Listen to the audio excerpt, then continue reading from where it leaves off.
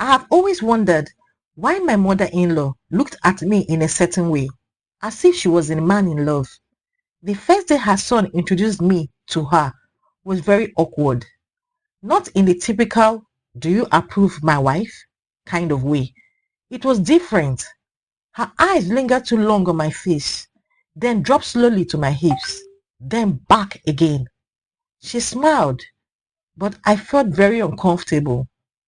When she spoke, it felt like she was watching for my reaction more than just a small talk.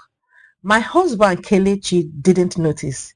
He was beaming with pride, excited to introduce his mother to his new wife. I smiled. I made polite conversation and tried to ignore the heat rising in my chest. Kelechi and I got married few months later.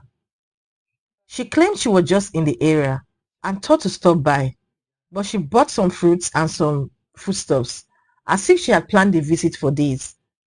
She insisted on helping me around the kitchen, brushing her fingers against mine when we cut the vegetables together.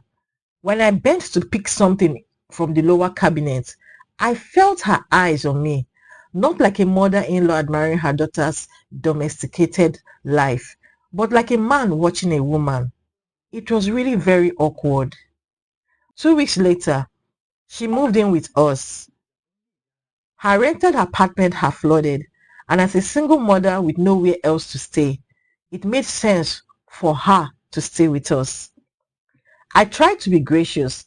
I reminded myself that she was my husband's only family, that she had raised him alone, that she has made a lot of sacrifices for him. But every time I passed in the hallway, I felt the intensity of her stare. Her hands brushed my hips. I felt like a prey, more than a family.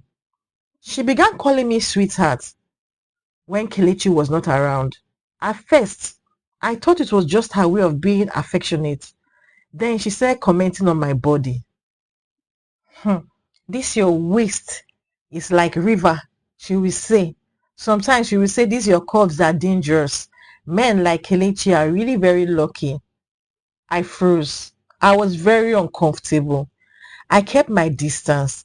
I stayed out longer when I went on errand. I locked the bedroom anytime Kelechi was not home.